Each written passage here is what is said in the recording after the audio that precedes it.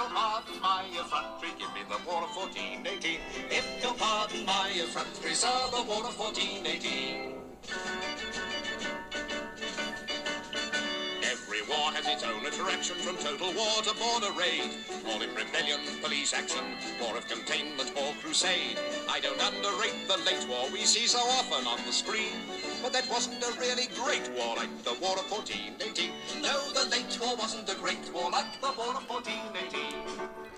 Okay, welcome to my next episode of Great War Story, and I'm toying with using that as a theme tune for future episodes. We'll see about that if I decide to use it again. Now, I've been working really hard on this episode, and frankly it exploded in size, so it's going to be a two-parter. So this is part one of Slaughter on the Crozat Canal in March of 1918. The subtitle is Slaughter of the 7th Somerset Light Slaughter of the 7th Somerset Light Infantry, but it could equally well be called Slaughter of the 8th Rifle Brigade, or it could also be called the Slaughter of the 2nd Royal Irish Rifles, or Slaughter of the Prussian Grenadiers, and so on and so on. There was plenty of slaughter to be spread around.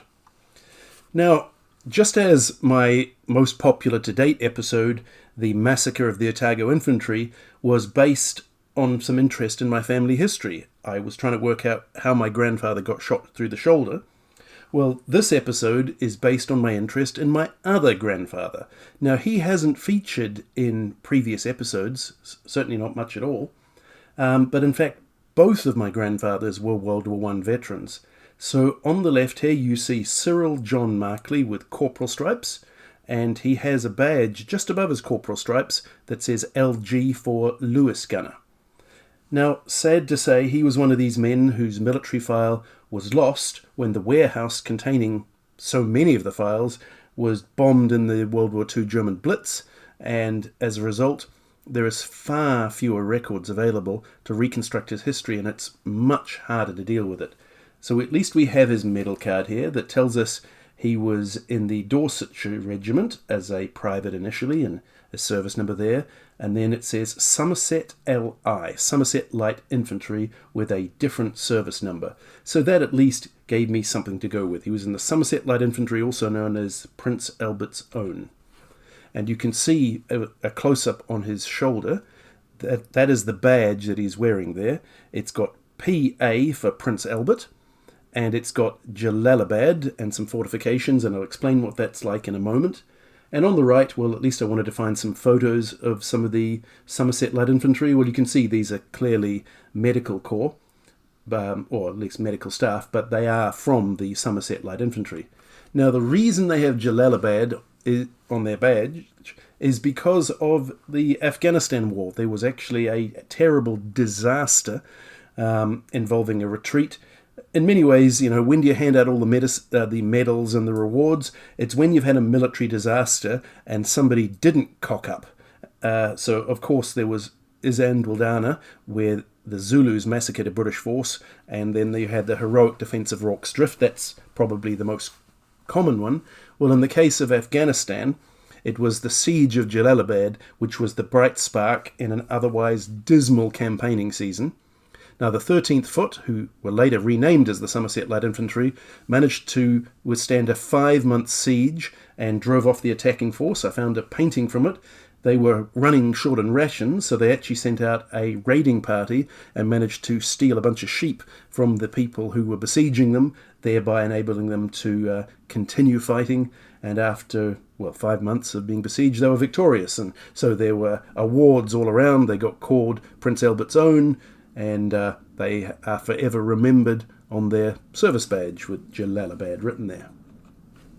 Now, the only other record I've been able to find about my paternal grandfather, Cyril Markley, is this one. It's the roll of individuals entitled to the Victory Medal and the British War Medal.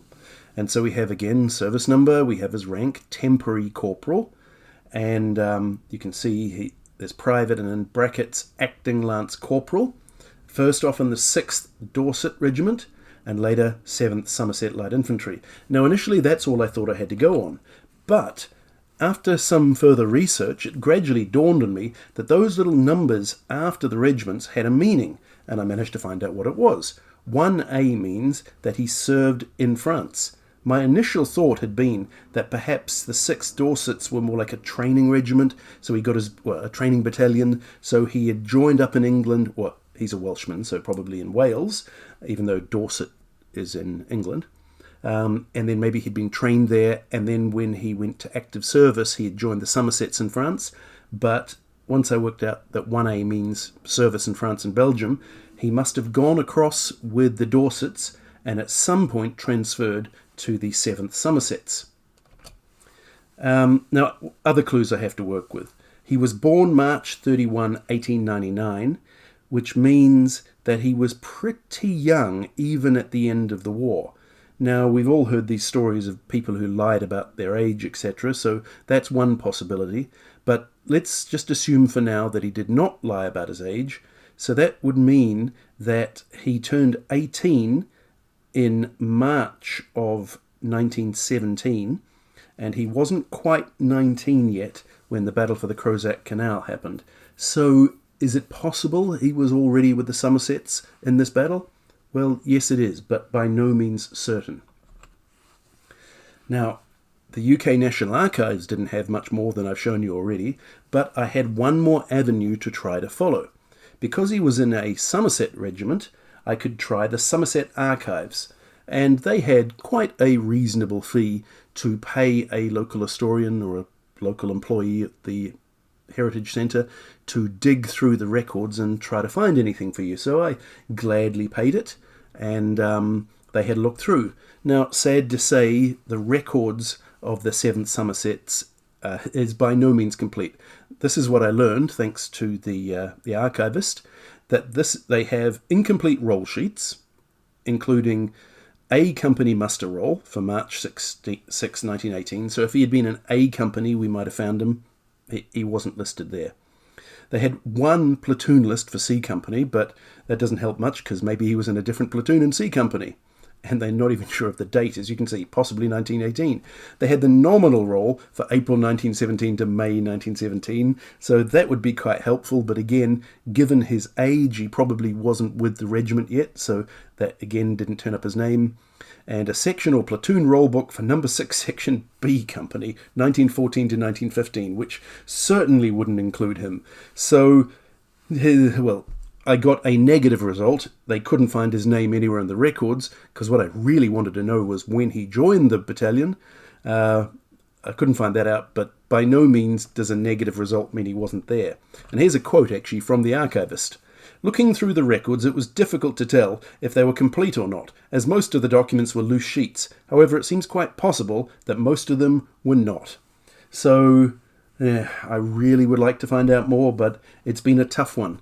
My New Zealand grandfather, I've got his whole his whole history from his military file. I've got a lot of medical documents and many other miraculous finds. In fact, if you go back and watch the very first episode I ever recorded for this channel, you'll see how I initially got into my World War I obsession following my mother's father, my maternal grandfather.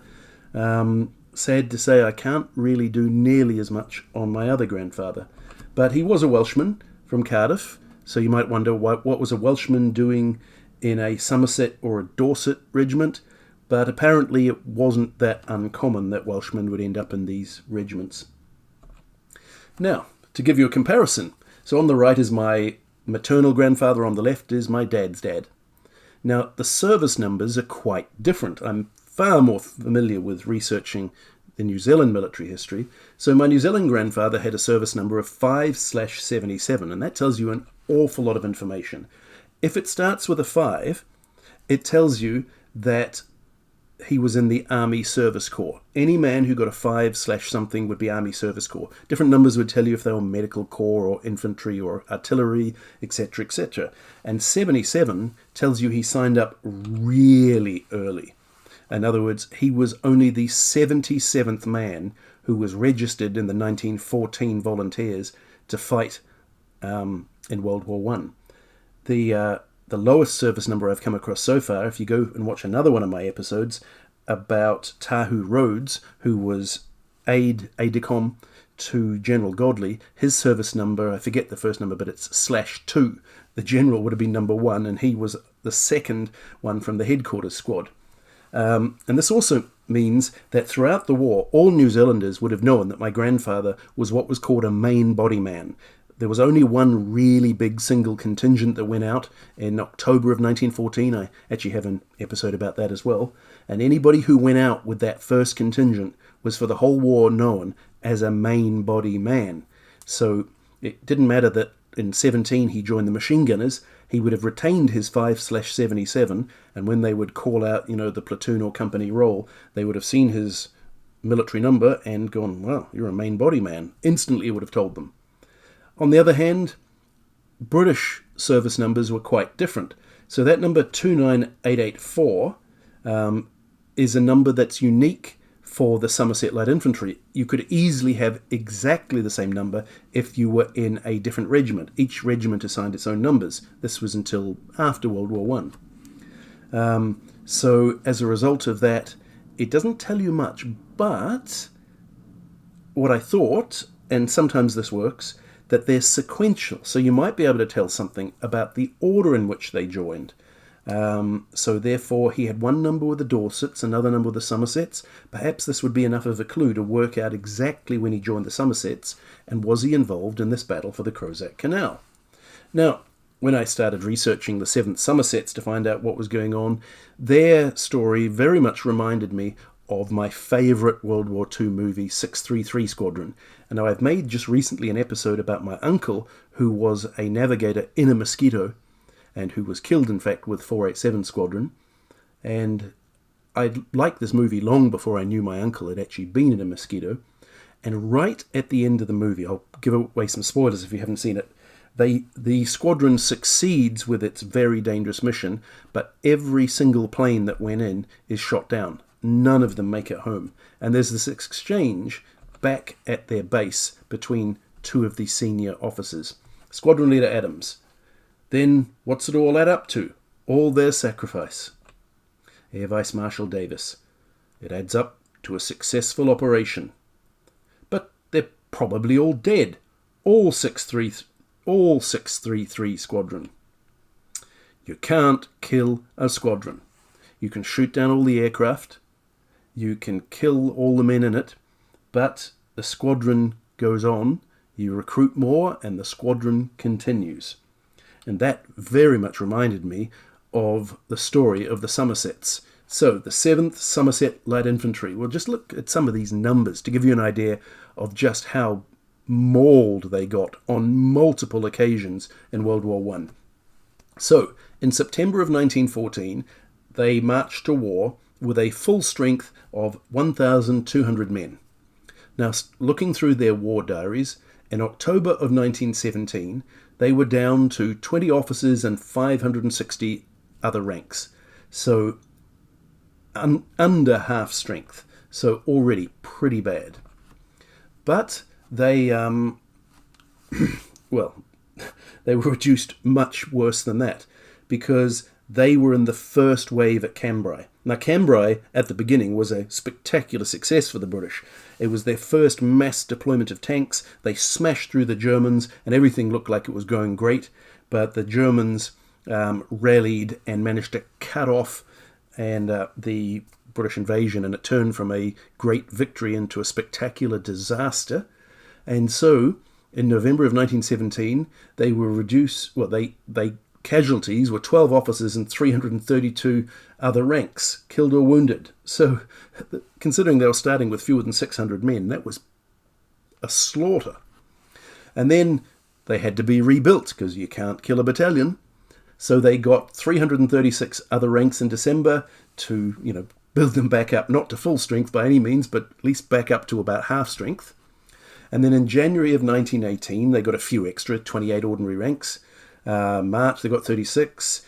March 20th, they got 10. I feel sorry for the guys who arrived on March 20th, because the battalion is going to be absolutely obliterated on March the 23rd / March the 24th. So these 10 guys arrive and go, okay, we're in a new battalion. And yeah, the good chance they ended up dead or prisoners. And then in March of 1918, what did they lose? This is what this episode's about. they lost 19 officers killed, missing or wounded, and 457 other ranks. And in April the 4th to April the 10th, a little bit later, they got rebuilt again. They received recruits of another 592. So basically, they get slaughtered, they get a bunch of replacements, they get slaughtered again, they get a bunch of replacements. So the 7th Somerset Light Infantry lives on, but my God, not a good place to be. Now, I don't know if you've got sharp eyes, but this photo of a military cemetery isn't actually in Europe, it's in Virginia. It's actually Arlington, probably the most famous of the military cemeteries in the United States.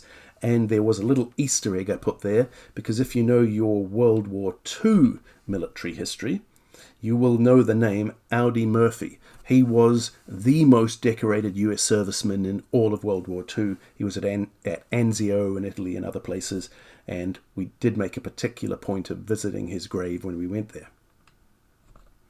Now, following the reasoning of the service numbers, I went through and thought, well, maybe I can work out if he was there in March of 1918.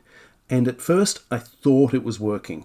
So I managed to find a lot of the service numbers of guys in his battalion by looking at on the Commonwealth War Graves Commission, because you can look up graves and when they died. Obviously, it's not going to be all the guys in the battalion, but you can get a clue by looking at when they died. So you see all these dates, March 22nd, March 23rd. Well, these are the dates of the battle. So that'll give me some kind of indication. And you can see the ones with 2 asterisks next to them. They are commemorated at Pozières Memorial. I'm very familiar with that, because that's where my great uncle, who was also killed in the battle for the Crozat Canal, is remembered. It's a special memorial for men whose bodies were never found. So very similar circumstances to my great uncle. And and there was just one other funny little thing. You can see down the bottom Joseph Newman. When I found a few of his records, I found this fascinating little detail that he was 5'2" and only 106 pounds, a tiny little guy. He didn't die, at least. Maybe being small in World War I was probably a good thing. So far so good. So we get these guys with low numbers. My Grampy, his service number is up there on the top right, 29884. So you've got all these guys in the low 29,000s, and they seem to be joining December of 1917, January of 1918.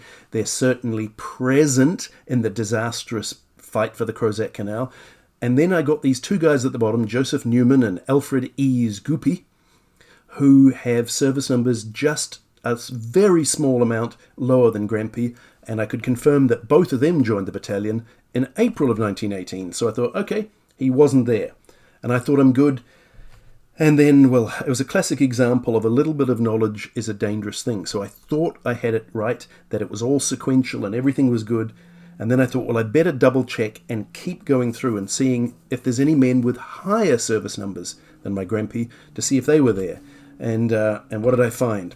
I found all of these guys with service numbers higher, so than 29884, and there's a 29915, this F.E. Megan. Not the 7th Battalion, so I thought maybe not the same, but he was killed on March the 4th, so that's before the Crozat battle. Then we've got this Wedlake, who's in the 7th Battalion, and he's killed on January the 5th, so he was certainly with them before the Crozat battle, and so on and so on and so on. You can see all of these guys, they do not align. Or we have this Sidney Chesterman and Harry Every. Both of them were killed in the battle for the Crozat Canal. And then I kept going and kept finding so many exceptions. I'm not going to bore you reading and telling you what I found out about each one. But right down the bottom to Joseph McWilliams, the last one I found, commemorated at Pozières. He was in the 7th Battalion. His service number is more than 1,000 higher. It's, 10,000 higher. And he was killed in the battle for the Crozat Canal. So at that point, I threw up my hands and go, I don't know what the heck I'm doing. I thought this was sequential. It's not. What's the logic behind these numbers? I don't know. And then I thought I'd better go searching. So I went and found this website, Army Service Numbers, blogspot.com, and read the following. A word of warning too. It is wrong to assume that numbering sequences in battalions always followed a sequential pattern. They didn't. As the war progressed and casualties grew, large numbers of men were often transferred from one battalion to another and allocated numbers within blocks which did not fit the sequential patterning seen to date. This becomes particularly evident in most battalions from 1916 onwards, and I thought, well, you could have told me. Well, to be fair, he did tell me. His website was created a long time before I started my research, but I hadn't actually stumbled on his website until I ran into this problem, and, well, I can't prove it one way or the other. Was Grampy there? Well, he might have been. If he wasn't, then he would have been with the 6th Dorsets. They were at Havrincourt, which was a little bit southwest of Cambrai, you can see up there, and that is also within that sphere of the German spring offensive in March of 1918. Now, I did look up their battalion history briefly, and I'll probably make an episode about what they got into as well, but they were never broken. They weren't massacred. I mean, they were in the middle of a tough fight, and they suffered quite a lot of casualties. So they lost 3 officers, 35 other ranks, killed 9 officers and 128 other ranks, wounded, and another 56 missing, either prisoners or bodies never found. So it's not like they had an easy time of it, but they managed a fighting withdrawal, their lines never broke, and they were a lot better off. But the battle for the Crozat Canal, which you can see on the arrow down there, heading southwest from Lyon and St. Quentin, was the initial thrust of the German assault, and it was far more catastrophic and successful. I know it doesn't really look like it on this map, but it's where I put that big red arrow that the Germans really had their big breakthrough in the early days. And I've, been doing a lot of research to put these episodes together. It's a 2-parter, as I said. So we've got this Forged by Fire, the history of the 7th Somersets. We've got a much earlier book, the history of the Somerset Light Infantry, about the whole regiment, not just the one battalion.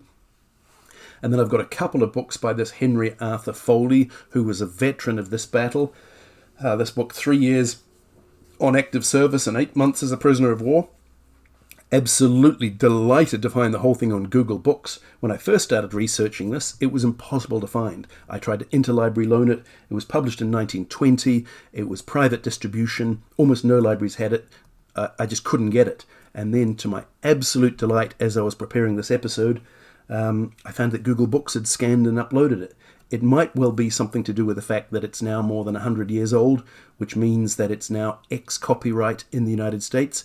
European copyright law is a little different, but in the United States, if it's 100 years old, I'm good. Published 1920, no trouble at all for me. And there's another work that he contributed to later on that I also quote, and plenty of other books as well, but these were some of my principal sources. Now, here's a little bit of a summary of where we're going. We'll go back and look at more of the details afterwards. So this is from the War Diary of the 7th Somersets. The morning of March 22nd. Jussy by lorry to St.Simon. Enemy crossed canal below our right flank, capturing Jussy and Fyfe, which forced us to retire to lie in Olysy-en-Noix.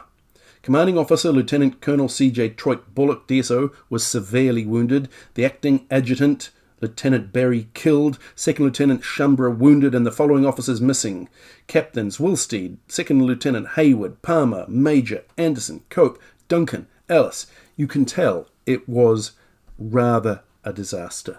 And to give you a sense where they were over the big picture, this is where they started out, where I put the big X. You can see up on the right of the map there's St. Quentin, which is the main area where the German assault is coming from. And they were brought up to defend this area of the Crozat Canal. You can see Jussy just inside that square. And in particular, the part where I put that little rectangle in red, that was the sector of the canal that was given to the Somersets to defend. So what exactly happened there? Well, let's go back and listen to Captain Foley. And there he is. So, only managed to find 2 pictures of him, and only one of him as a young man. And this is from the second of those books that survived. It's this interesting little thing, just sort of random recollections of different episodes of the war from the perspective of different people. There's a fascinating chapter written by one guy who was in the Cambrai assault, for example, and Foley contributed the chapter about the March Offensive. So it's called Scrapbook of the 7th Battalion, Somerset Light Infantry, being a chronicle of their experiences in the Great War, 1914 to 1918. And this is what he had to say. My memories of that tragic month are now 14 years old, yet they remain as clear and as vivid as ever. They pivot, naturally, around the 21st of the month, the day on which the German attack in front of St. Quentin was launched. And I find that in my own case, and such memories as these must perforce be somewhat personal, they fall into 3 periods.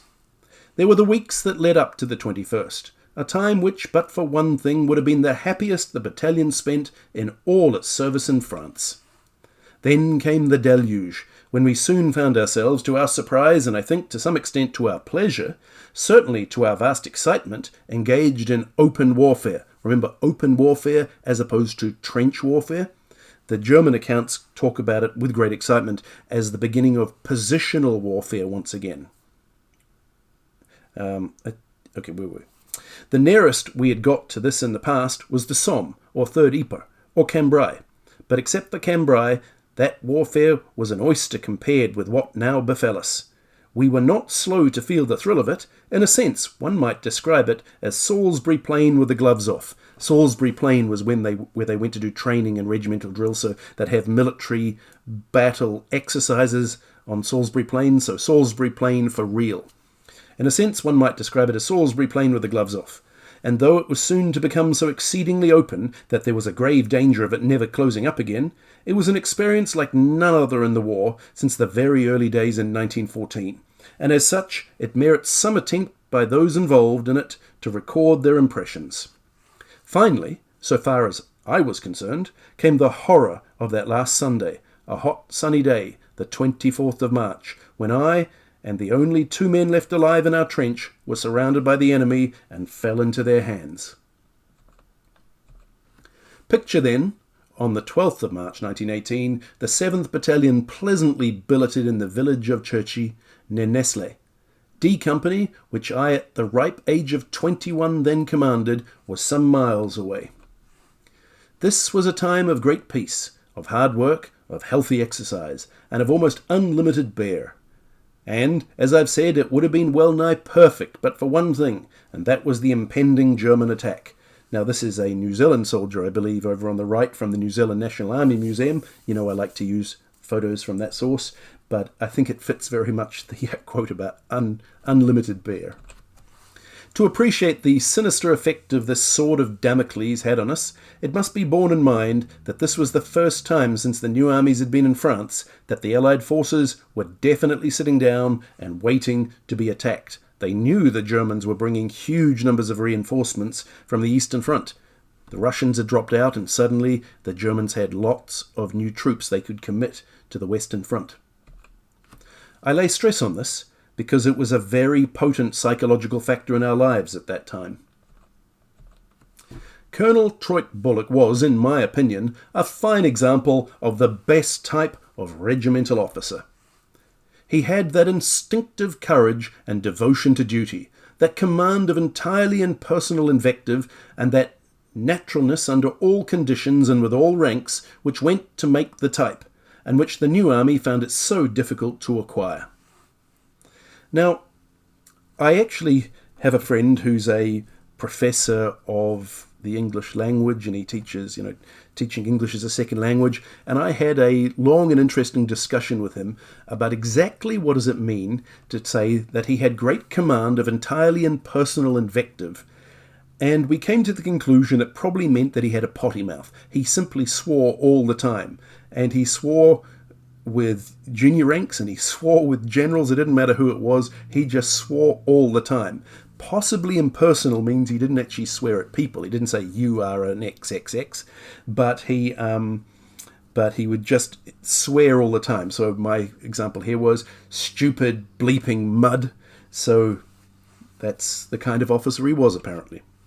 Added to this, Foley continues, he by no means lacked a certain dry humour, and perhaps it was this which helped to add affection and a sense of loyalty.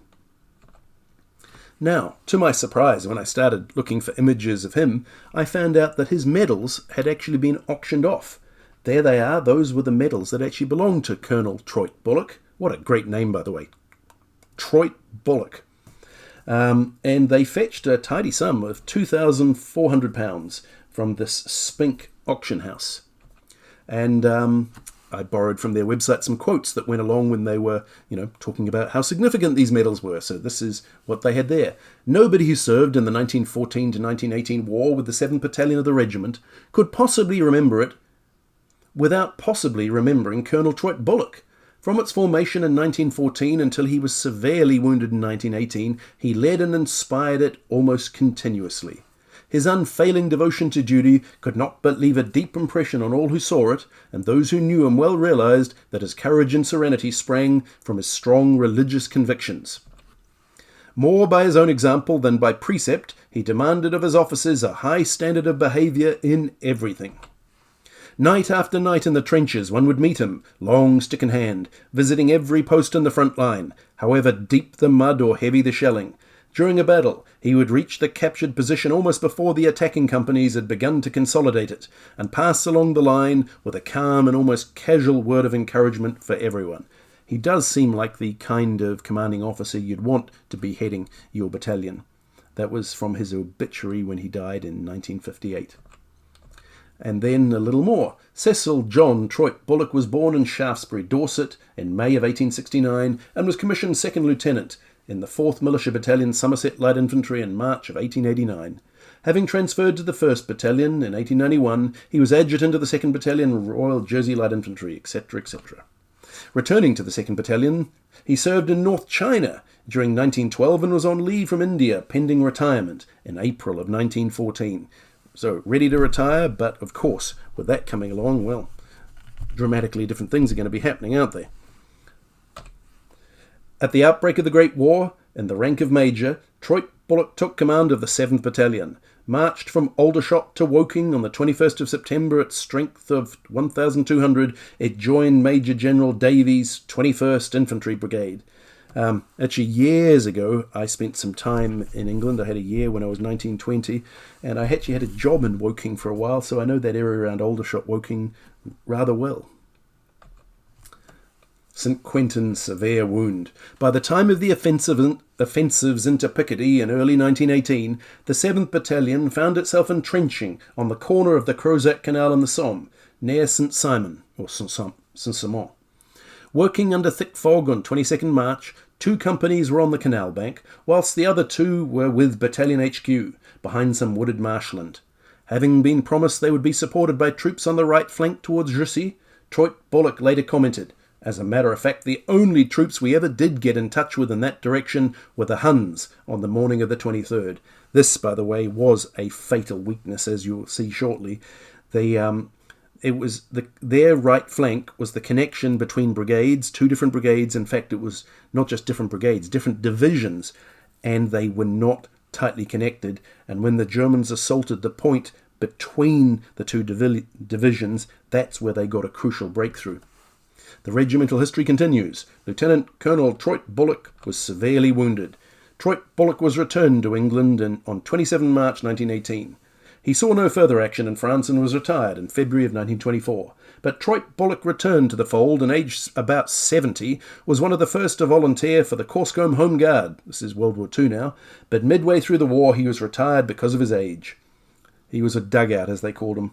He died in February of 58 and is buried in the East Coker Churchyard, Somerset. A fitting extract from his Light Bob Gazette obituary states, "A practical proof of his leadership and influence was seen in an annual dinner which must now be almost unique. 38 years after the battalion was disbanded, and in spite of distance, ill health and deaths, a dozen or more of his old officers could still be found to greet him at Taunton last July.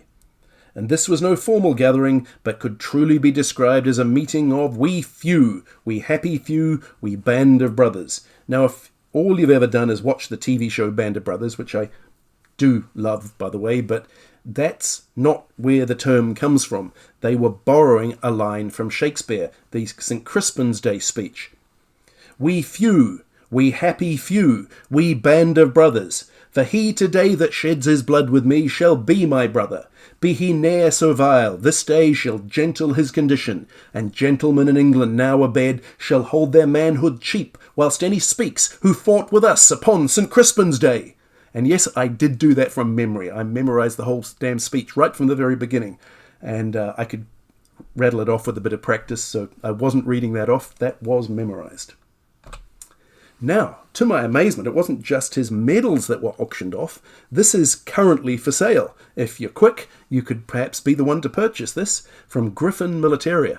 I was sorely tempted, I have to say, but $2,150 is a little bit steep, I think, for this. Perhaps if he was a little bit more closely connected to my family story, I'd be tempted, but when I'm not even sure my Grampy was even in the battalion under him before he got wounded, it's too steep, no matter how much I would love it.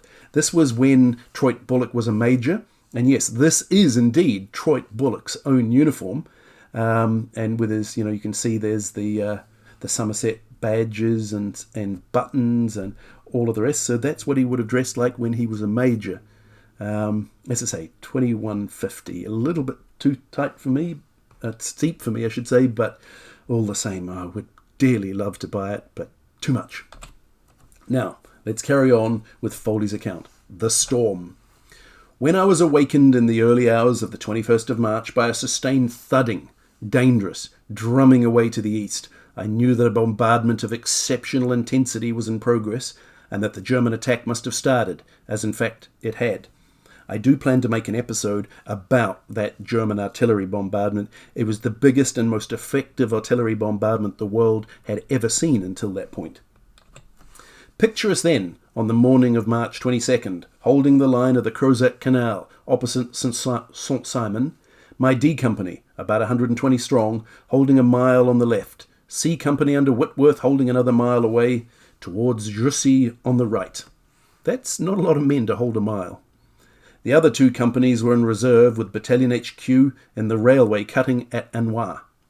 Thick mist enveloped everything, and one could barely see across the canal, which along our front was broad and deep. It was spanned in several places by bridges of various size, the principal crossing being the great iron road bridge leading straight into St.Simon. We regarded these bridges with a good deal of interest, for it was apparent, even to my somewhat unmilitary mind, that when the Boche developed his attack, it would have to be by way of these artificial crossings, the canal constituting too severe an obstacle at this point to be tackled in any other way. Now, spoiler alert, it wasn't, and this was a crucial mistake I think all the British made in thinking that the bridges were the only way across. The Germans knew the terrain they were going to be attacking across, and they came prepared.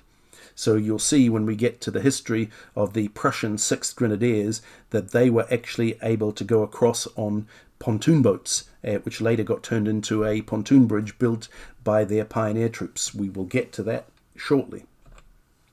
Now here is a map to show you exactly what we're dealing with here.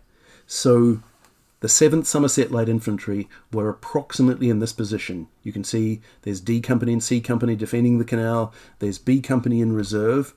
Now back at Anois, there is the battalion headquarters, and A Company was somewhere in that general area, somewhat vague at times. Now later research makes me suspect that the Somersets weren't holding quite as wide a front of that. They may well have been a bit more squeezed up towards the left, towards the west, but we'll get to that a little bit later. Now, the whole thing that initially got me interested in this battle was what was going on just a little bit further down the canal, just south of the village of Jussy, because the 11th Royal Fusiliers were holding a 1,000-yard front between that railway bridge you can see at the very edge of the map and the village of Jussy. Now, my grandmother's brother was in that battalion, and that battalion was completely overrun on the 23rd, and my great-uncle was killed and his body was never found. So that's on the maternal side of my family. And I initially just started looking at what was going on to left and right of what was happening there. That was my central piece of research. I've already made one episode about that part, but there's more to come on that story. That episode is called No Known Grave, after my great-uncle who was killed there. I'll come back and do that battle and that breakthrough in much more detail later. And then I started thinking, well, were there any other breakthroughs? And I started looking left and right and finding other breakthroughs, and I eventually realised that the 7th Somersets were up here, and that really made me think, well, goodness me, were both sides of my family in this battle within a few miles of each other?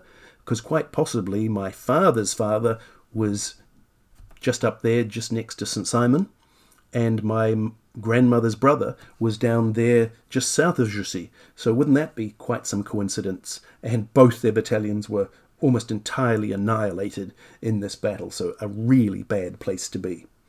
You might think it's amazing that there's anyone in my family that given how much war and how much risk different people went through. And that's where the Germans are coming from. Now, backstory here, the whole assault started on the 21st, and the 21st and the 22nd has been a smashing success for the Germans. Mass artillery barrage lasting for 4 hours, then their divisions took off, heading southwest. They walked through the British front line. There was nothing left of it. The second line of British defences had some time for preparation, but they overran them pretty quickly. And so by the end of the 22nd, they're already down to the Crozat Canal. Nobody expected them to get a complete and utter breakthrough, which they did. It was rather a shock to everybody. And yes, I did borrow from Horrible Histories. I do love that show. But yes, there's a couple of British officers looking particularly shocked. And what was particularly interesting for me, actually, was when I studied the uniform of this guy on the left and realised that's the Royal Fusiliers. I told you my great uncle defending the south of Jussy was in the 11th Battalion of the Royal Fusiliers. So that was rather a shock to them, I imagine, when the Germans came through and they had to put up a desperate third line of defence on the Crozat Canal. By the way, by the time you reach this stage of the battle, the Germans had a 10-1 numerical superiority. I mean, it wasn't even close. You've already got an indication of how thinly the British were holding the line. Single battalions were facing whole German divisions. Yes, rather a shock, as I said. Now, this is Google Maps on the left, showing you the current bridge across from the side the British were holding towards St.Simon. And I managed to find an old black and white postcard from around about this time period, well, earlier, and you can see, well, what it looked like at the time. That bridge was ultimately blown. So, Foley continues, "Thus the problem of where to dispose my scanty forces really solved itself. They were put to dig in where best they could command with their fire the approaches to each bridge. All the bridges had demolition charges laid under them, connected by wire to the Royal Engineers officers' dugout on the St. Simon Road just west of the Iron Bridge. Of the 4 platoons in my company, only 3 were commanded by officers, but Sergeant Wood, who was in charge of the 4th, was an excellent NCO. Of my officers, Squibb was small but sturdy, with a cheerful outlook on things, and a practical turn that had often been of great help to me. Mitchell, the last joined, a Scotsman, was an older man, old enough to be my father. It was reported that he had been a corporal in the Guards, and also at one time a policeman. This was the first time I had been with him in the line, but already I knew he had splendid stuff in him, and that the company had acquired a real asset when he joined us. Hayward, the other officer, was joined with Squibb. He was little more than a boy, and whether or not he would have developed those qualities of leadership an officer must have, I cannot say. I felt about him that sometimes the things we had to go through were almost too much for him, but in spite of it all, he was a real trier. And I actually found, when I was researching these individuals, this newspaper story from a local news website, the North Somerset Times, unearthed war medals returned to rightful owners. A Backwell mother who discovered war memorabilia in her garden has been able to return them to the family of their rightful owner. Helen Holmes came to the Times after discovering the World War I medal and plaque in her back garden, and yes, that medal did indeed belong to Marcus Henry Hugh Hayward, 2nd Lieutenant from Blackwell, who was in the 7th Somerset Light Infantry. Bulson, my Sergeant Major, had gone on leave just before the show, and sorely I miss the sterling support he always gave me. Now, 2nd Lieutenant Marcus Hayward, whose medal was found in the dirt in that back garden, did not survive this battle. He was described by Foley as little more than a boy, and he never did get to grow up. He was, just like my great-uncle with the 11th Fusiliers, initially listed as missing. And eventually he was listed as having died of wounds on March the 26th. And this is the cemetery where he's buried. It's not a very large one as far as they go in France, but that's where you'll find it. And it was interesting when I looked on the Commonwealth War Graves Commission website. They often give you some of the details about each grave. And initially he was buried as an unknown British soldier, but somehow or other they later ID'd him as Hayward. I'm not quite sure how they did that. I would love to know, but the Commonwealth War Graves does not give you quite enough detail. And sometimes relatives could choose to have a small verse or something written at the base of the headstone, and in this case his father did so, and it had "the joyous soul of youthful chivalry," because poor Hayward, little more than a boy, didn't survive the battle. Mitchell, Squibb and Foley, the other guys who got mentioned, they were all taken prisoner, so at least they survived the war. Now, Mitchell. I love the story of Mitchell. He was described as a Scotsman, old enough to be my father, possibly a former policeman, and I was able to corroborate all those details. Thanks, actually, to the work of a guy, David Grant. Never met him, but I stumbled on his website. And his particular obsession, just like mine, are these particular things revolving around my family history in World War I. David Grant's obsession is the auxiliary division of the Royal Irish Constabulary. Now, I'm not going to go into the controversy, because as far as the Irish Troubles and Irish independence movement and all that kind of thing, the auxiliary division had rather a bad reputation, shall we say, so I'm not going to touch on any of that. But what this guy has done is he's gone and tried to track down every individual and their story and who they were who were involved in this force. And because Thomas Mitchell, after the war, joined the auxiliary division, he got included in this website, and much to my delight, I got to confirm many of the details. He was born in 1874, so yes, indeed, he was old enough to be Foley's father.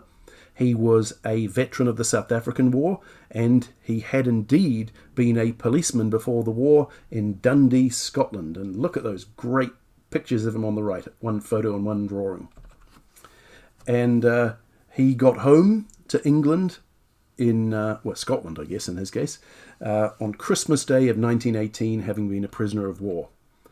And he joined the auxiliary division in 1920, but he didn't stay very long. In 1923, he immigrated to Canada. So my guess is he did not find the work that the auxiliary division was doing, shall we say. He did not find it enjoyable and left after not all that long. And who can blame them, frankly? And he eventually died in Vancouver in 1961. Now, thanks to David Grant's work, we have a wonderful description of what he was like in his time in Ireland. He had a fierce expression. He looked like a wolf, but had the nature of a sheep. He was middle-aged and squat. He wore black leggings and walked with his toes turned out and his knees partly bent. He drank brandy to make himself drunk and black coffee to make himself sober for duty. He was as flatulent as my godmother Gran Hawk. He passed wind so explosively that the men he commanded called him old Hotchkiss. Now, a Hotchkiss was a light machine gun used extensively in World War I. Now, I looked around in my photo albums and I couldn't find a photo of a Hotchkiss. This machine gun from the World War I Museum in Kansas City, Missouri, is very similar to a Hotchkiss, but I don't think it's actually one, but it gives you the general picture of what these light machine guns look like. So, yep, he farted so much, the men under him called him Old Machine Gun. Okay, let's get back to Foley's account. On reaching the west bank of the canal, I halted the company a little way down the main road, and then took Squibb and Mitchell in turn, and decided with them where we should place the different sentry posts. This was not altogether easy, as it was pretty dark. The ground was new to us, and above all, there was absolutely no time to lose. We had, I should think, some 800 or 900 yards of the canal to hold, and this comprised 2 road bridges, 2 wooden pontoons, and half a dozen small footbridges. Squibb's platoon I had on the left, Sergeant Wood in the centre, Mitchell on the right, and Hayward some 600 yards back in reserve. The men started straight away getting their trenches dug. There was practically no interruption, although the enemy kept up a pretty continuous fire on the main road just west of the bridge. By dawn, the various small garrisons were down under cover. As was usually the case at that time, in the early morning of the 22nd, there was a thick mist, and it was very cold. But we managed to get some hot tea and bacon going, and at last I was able to have an hour or two's rest. Everything in front seemed quiet, and I certainly did not expect to be engaged with the enemy that day. However, if he came, we were ready for him. My men posted at all the bridges, and the Royal Engineers officer sitting in a dugout ready to press a button and blow the bridges sky high as soon as it became apparent that our resistance east of the canal had broken down. Exactly what the situation was in front, we could not at that time ascertain, and among the first things I had to do on that Friday morning was to send forward small patrols to try to get in touch with some of our troops in front. As I said, nobody at this point realised what a disaster it was for the British. This they failed to do in the time allotted. It was fairly obvious, however, that things were not going altogether well with us. Every now and then we could hear bursts of rifle fire, and the bursts always seemed to be drawing nearer. By 10 o'clock, the mist had cleared. Our strength on the canal bank, moreover, would not have allowed of any serious opposition to a strong enemy attack, for, as we have seen, the posts were only roughly sighted, were separated widely from one another, and hastily dug. However, the men were told as usual that their posts were to be held at all costs. That's actually a very interesting line. The men were told as usual that their posts were told to be held at all costs.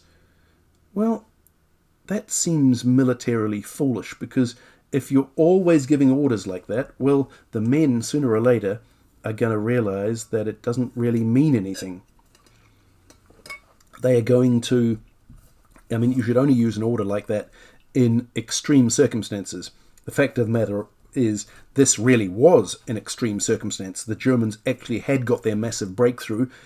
They could have split the front wide open. Foley commented earlier, it almost became permanent war of manoeuvre. But there's no point in giving that order all the time, because at a certain point, the boy who cried wolf, nobody listens anymore.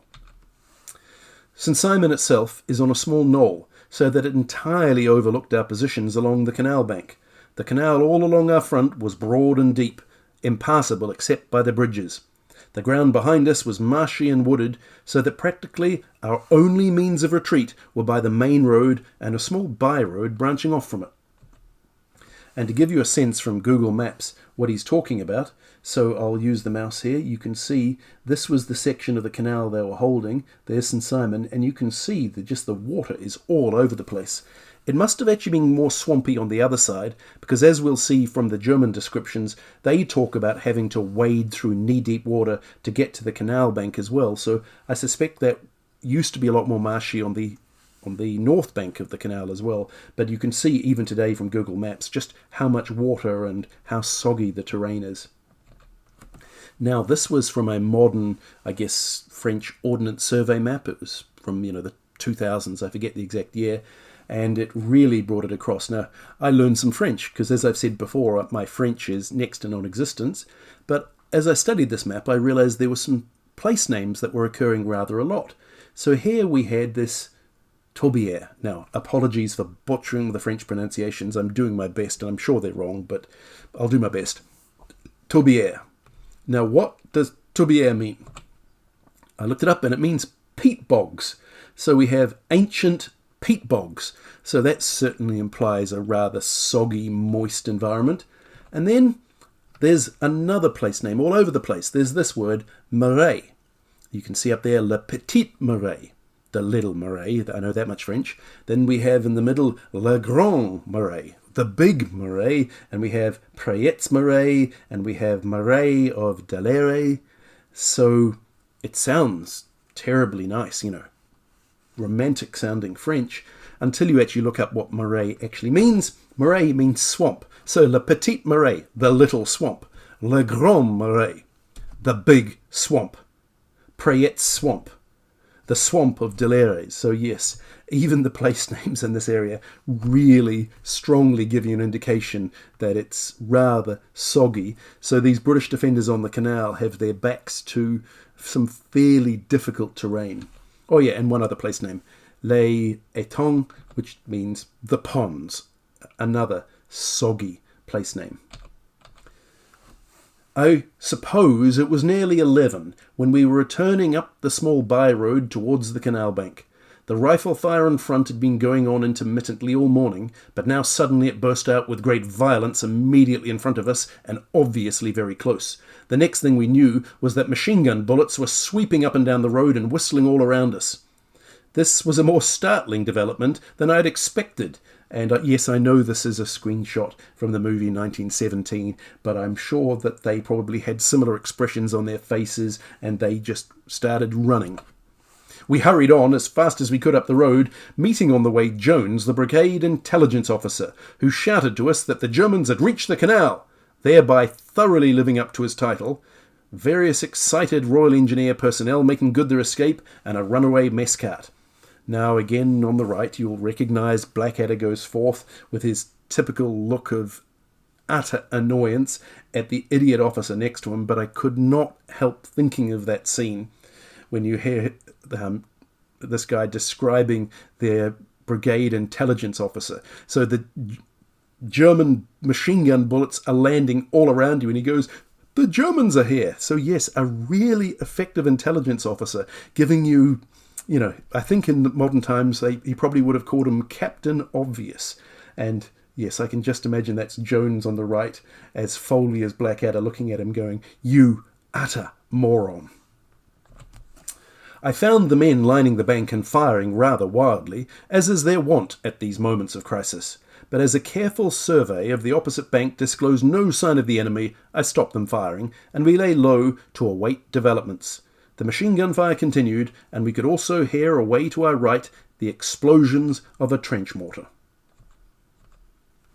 I was naturally anxious to find out if the destruction of the bridges had been successful. While we were running towards the canal when the firing started, I had noticed several heavy explosions, and had concluded that all was well. But it was now time to make certain that the Royal Engineers had done their work thoroughly, and that no passage had been left for the enemy to cross the canal. I left my HQ therefore and started along the canal towards the main road. To my disgust I found that while the main road bridge, a heavy iron structure, was broken in half with the two ends forming a sort of V in the water, a temporary wooden erection of the Royal Engineers, fit for heavy traffic, was still perfectly intact. So the blasted engineers had blown up the main bridge, but the bridge they themselves had built they had not blown up. There were still some bullets flying about, and the main road was getting an occasional shell, so I hurried on with all speed to the Royal Engineer dugout to beard the wizard in his den and point out his deficiencies. But here I had a further surprise. The officer and all his myrmidons had gone. The dugout was empty. At this point Mitchell joined me. He saw the gravity of the situation and instantly presented an example of the power which training and discipline can exercise on the human mind. Among a large quantity of explosive substances in the Royal Engineer dugout, we found a box of Mills bombs. Remember, this is what they call grenades. Mitchell immediately conceived the idea of destroying the footbridge by throwing bombs at it, and this he proceeded to do. Not in the way I should have chosen, by lying protected behind the bank and thence hurling his missiles, but by standing on the bank in full view of the other side and carrying out what can only be described as a dignified form of bombing practice. I wouldn't swear to it, but I'm almost certain I heard him counting 3 after drawing the pin. No hostile shot rang out.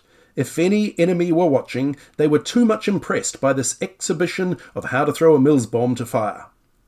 But it was apparent at once that Mills bombs as bridge destructors were a complete failure. Now, this is from a New Zealand photo of a New Zealand officer playing around being stupid, pretending to whack an unexploded German shell, but anyway, I thought it was appropriate for this. With his help, we fixed up a length. This is Corporal Peppard, by the way. With Corporal Peppard's help, we fixed up a length of time fuse and a detonator. Corporal Peppard then lit the fuse, which I devoutly prayed was not instantaneous. Providentially it was not, and we were able to retire behind the canal bank to await developments.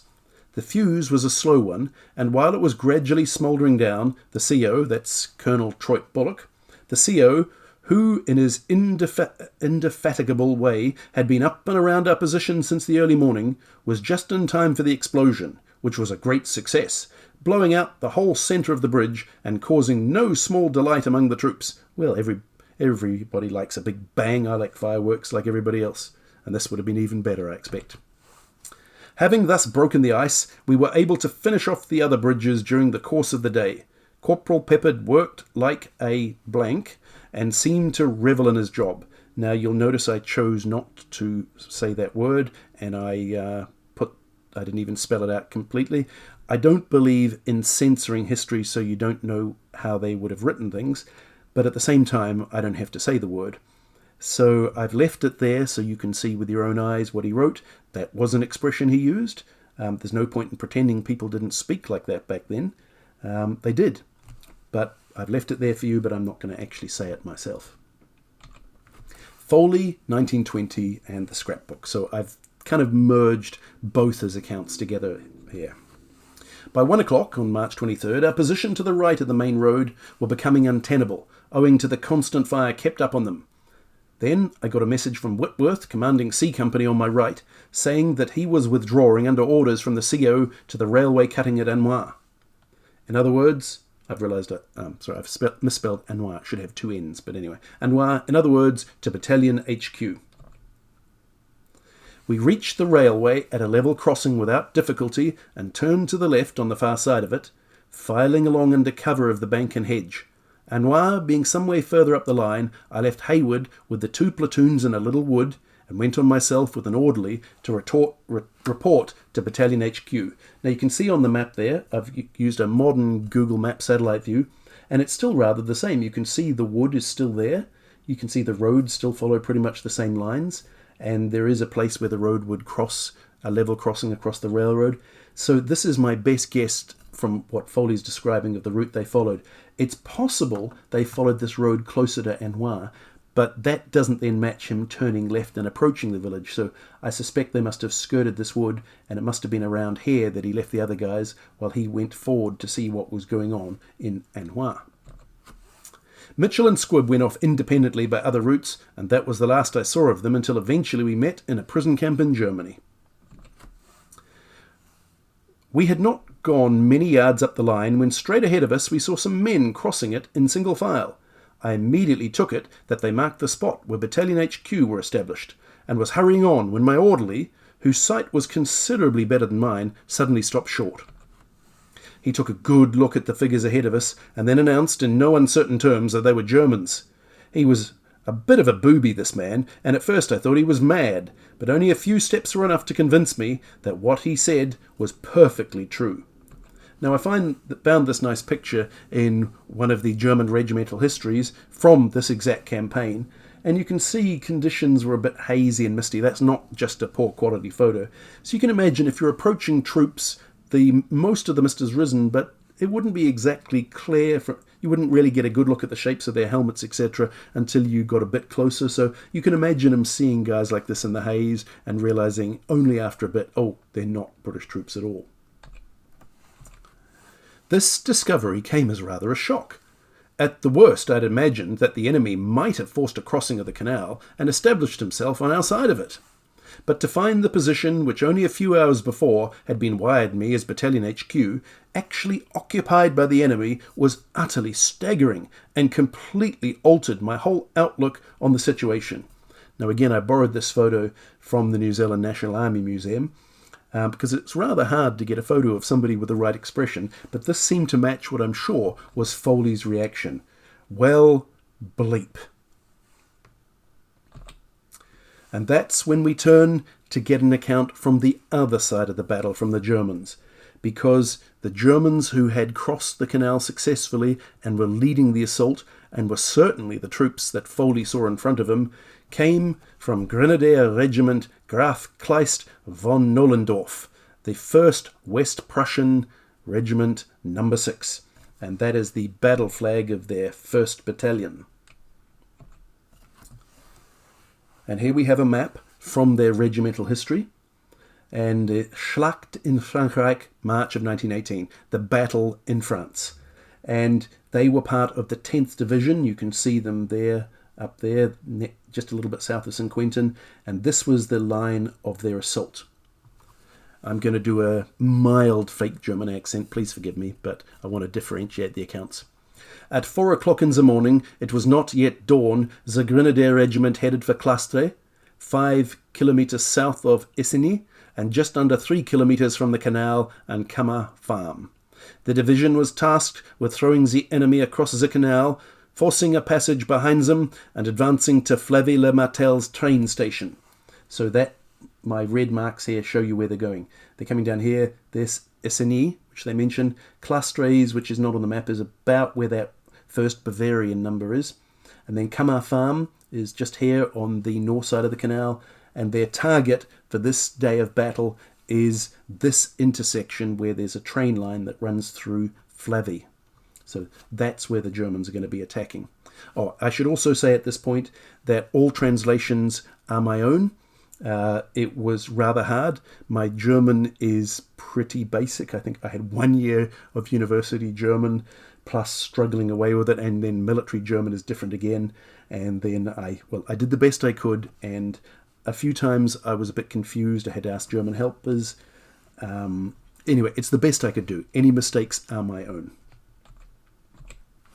Initially, the division marched with the Grenadier Regiment on the right, the 398th Infantry Regiment on the left, and the 47th Infantry Regiment behind them in support. The 1st Battalion was on the right wing of the Grenadier Regiment in the middle of the Fusilier Battalion, and on the left is the 2nd Battalion. The situation is completely unclear. The advance of the 1st Battalion under Captain von Puttkamer on the right wing led into a wooden area of the Camas Farm, some 100 metres from the canal. This grove was flooded and the adjacent meadows were swampy, so that the Grenadiers had to repeatedly wade through knee-deep water. The battalion receives heavy enemy machine gun fire and the order, machine guns forward. The brave gunners march through the exposed water. They are admirable. After several drop, they arrive at the edge of the wood, drenched to the skin. So you can see here within that red box, there is Camas Wood on the top left and Camas Farm on the bottom right of that box, right next to the canal. And amazingly, you can actually see that the terrain has hardly changed at all, even down to that little semicircle of a clearing on the south side of the canal, and this interestingly shaped wood. It's a little bit like the shape of a wine glass or something like this. That wood is still it's exactly the same on the 1918 World War I maps. And you can see here, I put them side by side, you can see the line of this attack by the Grenadiers. So the 7th Fusiliers are holding the line a little bit further up, and they really seem to have chosen the right place to attack. It's the gap between the divisions. Just, I believe, based on what the German accounts say they headed southwest from Camas Farm. I think they must have crossed the canal just a little bit south of where that little semicircle is, and they're heading to the train station at Flavy, and so this is the direction of their advance. Now, I tried to also reconstruct who the defenders were. Now, the 5th Lancers were supposed to be holding the canal just outside of Jussy. The 8th Rifles, the 8th Battalion of the Rifle Brigade, were supposed to be holding that section where the Grenadiers crossed, and the 7th Somersets were supposed to be a little bit further up. But on later reflection, I believe that actually the 8th Rifles were supposed to be holding quite a lot bigger front, and the 7th Somersets were further north up the canal. But all the same, it was one battalion trying to hold 1,000 or 2,000 yards, or possibly more. It was ridiculous. They were very, very thinly spread. Back to the German account. Lieutenant Caires, leader of the 1st Machine Gun Company, is given the task to cover the crossing over the canal with his fire, and at the same time to explore to find a suitable place to cross. The terrain rose slightly to the canal. The opposite side, interspersed with trees and shrubs, was occupied with machine guns and snipers and was not visible in the fog. They, the enemy, opened fire with well-aimed shots at even the slightest movement. Nevertheless, Lieutenant Caires managed to bring his machine guns into position, but with considerable losses. Lieutenant Pomorskis killed, Second Lieutenant Ramirez badly wounded. When comrades reached him, he gets shot again. Numerous grenadiers are taken out by the English bullets, for example, the gunners Burner and Gorney. Lieutenant Kyries had a bullet go through his map that was spread out in front of him. Another punched directly into the machine gun of Weissfeldwebel Zeilmeyer. Meyer was often a Jewish name, so I would wonder if Zeilmeyer was a German Jew. Well, I don't know for sure. Now, this Weissfeldwebel is a previous episode, the one, I think it's the episode which I just call a funny German story, very short one, 10-12 minutes long. I actually discussed briefly there this German rank Weissfeldwebel, so I won't go into it again here. But our side was firing too, and after crossing over the canal, many dead shooters were found, 4 on one English machine gun alone. Also, the Fusilier Battalion, headed by the 9th Company, Lieutenant Kraft, suddenly received fire from diagonally to the right, possibly from C Company of the Somerset Light Infantry. Immediately, the 9th Company independently deployed. For the other companies, Major Grustorf, calm and cold-blooded as always, had rapid advance blown on a bugle, and the battalion, although not without losses, dispersed in full order. The defence fire from the invisible enemy hidden by the fog becomes stronger and stronger. Our companies laboriously work their way through bushes and ditches. Finally it clears up a bit, and they manage to get themselves somewhat oriented. But if they show themselves even a little bit, it means almost certain death. The English shoot very well. Weissfeldwebel Thruhauf of the 9th Company, who as it turns out later was promoted to become an officer on March 22nd, was badly wounded right at the beginning. Lieutenant Buchner, Wolfram, and Lieutenant Kasperite, Alfred, of the 10th Company fall, dead. Lieutenant Latterman suffers a serious head wound. And I was actually able to find a photo of this guy, Lieutenant Buchner, Wolfram Buchner, in their regimental history. So there he is on the bottom right. He was one of the Germans who died during the assault on the canal. From just the 9th Company alone, 17th men are put out of action here on the canal. I lied down for a long time, writes the leader of this company, Lieutenant Kraft, next to Lieutenant Latterman in a small depression behind a barn, which is a special target for the enemy machine guns. After crawling around for hours, I managed to find out about the situation in my company. Fortunately, I found them in a ditch 50 metres ahead, which offered them some protection and the possibility of forming a skirmish line. Then, as English heavy artillery fire sets in, I crawl to the battalion staff behind the stone wall of a paddock. So, the Fusilier Battalion waited out the night. Then the order came that the battalion should move to the right near the first. With the utmost caution, the Fusiliers got to the canal and sought protection on its embankment. The 2nd Battalion, on the left of the Fusilier Battalion, had also received fire from out of the mist near the Crozat Canal. At its head was the 5th Company and under Lieutenant Blumel. In front of the canal, writes Corporal Dunker of this company, I performed a patrol with my group, 1MM and Sergeant Teschke. Now, I was not able to successfully translate what he meant by 1MM. I did manage to find a wonderful German language description of all the military abbreviations, and I couldn't find what MM meant. So I've got 2 guesses here. One is that it was MMW, which is a medium Minenwerfer, a medium machine gun, a medium mortar. The other possibility is that it was a typo. It wasn't 1MM, it was 1MG, which would be similar to English, a machine gun. So I do not know what 1MM is. Carrying on. When we got to the edge of the wood at 150 metres, we received fire. We first returned fire, then the company went ahead with "Jump up! March! March!" They came upon a bridge that had just been blown up by the English and burned. I do wonder if that was one of the ones that Foley and Corporal Peppard had been blowing up. Lieutenant Blumel, as good as ever, tried to cross it before it was completely destroyed, but was badly wounded. His notes say, "We're on the canal. Over there is machine gun fire. On the left, a half-ruined bridge. From the right, a shout. See what's going on with the bridge? In small leaps I run with 2 people. Then, a strong blow to my formerly broken ankle. A machine gun bullet has shattered it. Corporal man takes over the company. Kalka and Fisher pull me back slowly.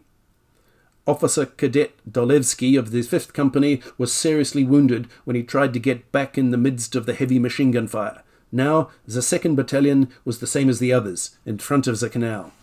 One thing I'll mention here, some of these names of these Germans, these Prussians, are obviously Germanic. But you'll also notice there are names coming up not infrequently like Dolevsky. Now that's clearly a Polish name. And again, I do talk about this regiment briefly in that funny German story and discuss where they were recruited. And they were from what is today northeastern Poland. So they actually had plenty of ethnic Germans in there, but there were also quite a lot of ethnic Prussians who, well, they came from Germany at the time. It was only post-World War I that the borders were redrawn and that area became Poland. Back to the 1st Battalion. As on the previous day, the sun had parted the fog here in the late morning. Gorgeous sunshine lay over the landscape. The battalion had explored a crossing point about 300 metres southwest of Camas, which seemed to be favourable because the opposite bank was a little too high and so steep that the crossing point probably had to be in a blind spot in places. And I managed to find Camas Farm. Now, I wasn't 100% sure that this was indeed Camas Farm. I was just walking around on Google Street View, exploring the area, and this came to a dead end. Like, the Google truck obviously drove here and then had to turn around and go back because you can see it's just a mud track after this. And I thought it was probably Camas Farm. Now I'm 100% certain. I really looked very, very carefully at the modern maps, the satellite views, the Google Street View, and compared to the old trench maps, I'm 100% sure this is indeed Camas Farm, where the Germans, this was one of their destinations in their assault and their launching point for the attack on the canal. And as you look left towards the canal, this is what you see. So the canal is among those trees. The troops also succeeded in some places to get to the canal, and the company of the 5th Pioneers assigned to the regiment immediately proceeded with great determination to cross on rafts and individual planks. But all attempts failed. The enemy dominated the canal area only too well with his excellently placed machine guns. So it was said, for better or worse, that the 1st Battalion would wait for the protective darkness of the night. Now this is crossing back to some British accounts, the War Diary of the 8th Rifles. March 22nd. Battalion in position north of Jussy on Canal Bank, disposed as follows on front about 2,700 yards. Now, I'm just going to have to say that's BS. 2,700 yards, I measured this very carefully on the map, is the entire length of the canal running from Jussy to St.Simon. Now we know that the 7th Somersets were holding the canal up there, so there's absolutely no way that the single battalion of the Rifle Brigade had a front of 2,700 yards. It might, being generously, have been as much as 1,700 maybe. More likely they had a frontage of 1,000 to 1,500 yards. So this is just wrong, but anyway, I guess he wanted to, whoever was writing the War Diary wanted to make it look like their job was even harder than it actually was, to explain how the Germans got across the canal. So they were not holding a front of 2,700 yards, but that's what they claim. Anyway, A Company on right, C Company centre, D Company on the left. Now I've underlined D Company because I've got an eyewitness account from one of the officers who was in D Company. We'll get to that later. And B Company was in reserve at Flevy-le-Martel. In touch on left with the 20th Division, that's the 7th Somerset Light Infantry, and on the right with the 5th Lancers and 43rd Infantry Brigade. Enemy appear about 7 a.m. 2 platoons of B Company, reserve, brought up into the front line between C and D Companies. Other 2 platoons take up positions along Chateau Road. At 9 a.m, enemy patrol attempted to cross canal, but was driven off. Enemy put down heavy machine gun barrage all day, especially down Chateau Road and enfilading Canal Bank. Now, if you look carefully at the map I've got on the screen, you will see it says Chateau de Sevrenois. So that's the chateau that he's referring to there. During the afternoon, enemy artillery shells area between Canal Bank and Flavey. Heavy casualties to battalion. At dusk, enemy attempted to cross Canal in force, but driven off by D Company with Lewis guns. Enemy sustained heavy casualties. Well, even the German accounts say that's true. About midnight, enemy patrol crossed Canal. 3 of their patrol captured, remainder killed. March 23rd, Germans crossed Canal. Now that's actually a glaring inconsistency in the war diary. March 22nd is all about how they fought off and stopped the Germans crossing. March 23rd begins with Germans are across and never ever explains how they got across in a sector of the front that the 8th Rifle Brigade was supposed to be defending. Yes, they just carefully don't mention that. Back to the Germans. The companies had suffered various losses, among others an old comrade-in-arms of the 4th Company, Private Hartmann, Volta, who had already fought at Fresnes, received a mortal wound. When he tried to bring back the heavily wounded Sergeant Fisher, he was hit by an enemy bullet, and he died on the 23rd at the main dressing station in the arms of his brother, Hartmann, Ma, the company sergeant of the 2nd Company. The Germans were soaking up the losses in their assault. Everything was go, go, go. Doesn't matter if men fall, go, go, go. And this is a picture from one of the German books I've been reading. And Sie werden auferstehen, I believe, is they will rise. Like, I think it's like a Christian thing, you know, the dead will rise at the end of time. The staff of the regiment and F Battalion, the Fusilier Battalion, had moved their combat post near the canal into a fenced enclosure with a low earthen cover. Here Lieutenant Klumpt witnessed the following daredevil caper. 3 mules are grazing in a paddock of the homestead. One of my men, the young NCO Hansa, sees them, walks over to bring under cover 2 under cover from the fire of the enemy, but the 3rd runs off and gallops around in the paddock. Heinz is after it, grasps it, jumps up on it, but the animal rears and he falls. We watch all this and believe that he's wounded, because at the same time the mule is hit and collapses, but Heinz jumps up and comes running back to his rifle position. I actually made an episode just about this whole little anecdote. I called it Prussian Mule Rescue, but this is where it fits in context of the bigger story. Of course, he must be formally reprimanded for his unbelievable recklessness. However, the machine gun company now has 2 mules that will serve them well for a long time. And yes, I know it's a horse, not a mule, but the picture looks good and matches. By 5 p.m. on March 22nd, the artillery had approached and had begun to fire on the enemy machine gun nests, so that they could be suppressed to some extent. Major Grustov therefore ordered the pioneers to bring material together from the nearby partially burning houses to prepare for the crossing. Despite fierce artillery fire, they carried out this order brave and undaunted. In the course of the day, the mortars had come up to the area of Clastres with much difficulty. And here's a quote. As soon as it is light, the task carries on. The horses gives their last. Everyone pulls or pushes. There is more need of the harnesses, and we have to expect that you will need us in the front. Lieutenant Glom goes out with a patrol to requisition harnesses and horses, and we finally find what we need in a small homestead. Horses, mules, and impeccable harnesses. And he hurries back with the bare essentials. The re-tensioning goes fast, and we march further on. This is one of the things the Germans got very right in this assault. They knew combined arms was everything.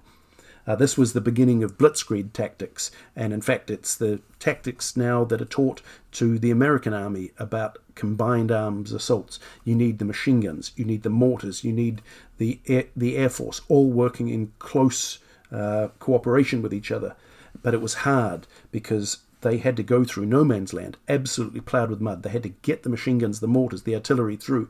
It was by no means easy. And they were advancing over areas that had been hard fought over before. This was just the approaches to the Somme. This had been a battlefield. This was not the first time this area had been a battlefield. The German Crown Prince was already in front of Vissigny-le-Grand, and he greeted the passing troops. He'd apparently already given away all his cigarettes. They called it the Kaiserschlacht, the Emperor's Battle, and the Kaiser himself was present, and the Crown Prince were both present to watch the German attack. I think they all knew this was the last throw of the dice, the last chance Germany had to win the war. And here is a picture of a Minenwerfer company with their Minenwerfers, a little bit easier to get through the mud, but again, not easy by any means. And, well, there's a cute picture of their regimental mascot. We pass 2 English 15cm long-barreled guns. The crews are dead next to them. We see the terrible effect of the gas. As soon as the fog gives way, aircraft activity starts again, and once more dogfights develop. The flak bursts in between them, and some aircraft crash, burning. We come to Kleist.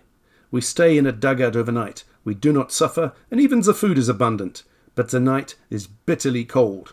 That was from the account of Vice Sergeant Hoffman. The crossing over the Crozat Canal on the night of 22nd to 23rd March.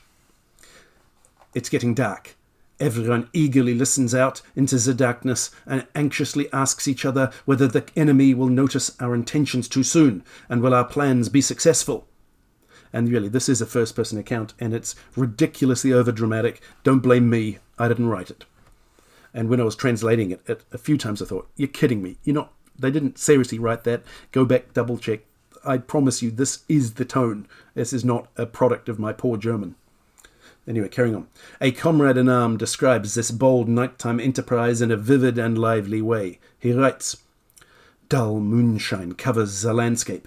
There are enemy planes high above the regiment, and we wait for their bombs. Everything is silent as we listen to the airy hum of their engines. No, the English do not see the grenadiers. The haze on the canal is a good ally. They thought the troops were even further from the canal and dropped their heavy bombs on the village we passed through." That'll be Kleist. In this sparse dim light, you see individual figures flitting back and forth. Here one jumps up and disappears into the bushes. Orderlies bring orders. Pioneers haul beams and rafts up and make the last technical arrangements for crossing. Silently, the grenadiers lie behind the high embankment. There is nothing to be heard except now and then an enemy machine gun fires, with which the enemy pounds the embankment, and the fire of both sides' artillery, which keeps the approaches to the destroyed bridges under harassing fire. No, old Tommy, Prussian grenadiers are not that stupid. They will not come there. You'll be surprised. There, a soft splashing. What's this? The first beam raft just pushes away from this shoreside. Almost noiselessly, the leader lifts the raft pole out of the water to push the first raft over again with another powerful thrust. Meanwhile, at the edge of the bush, the rest of the third company, it's them who are crossing first, are at their guns, peering at the shore on the other side. All machine guns are ready to fire into the bushes. Now we're ready. Woe to any of the enemy. If he were to show himself on the other shore, he would be covered with a hail of bullets. Everyone knows that it is a question of life and death for the first few men who are crossing. Are they over there? Then the crossing goes faster. 2 figures, Englishmen, run along the other side of the canal bank. They flit like ghosts and disappear. Did they recognize something in the thick fog? Will enemy artillery fire soon fall on the crossing point? This thought flashes through everyone's minds. Thank God, no. The English artillery, fortunately, continues to shoot at the wrong spot. There's still plenty of room, a blasé grenadier was heard to say when a big shell comes in, and everyone who hears it is pleased with the humour.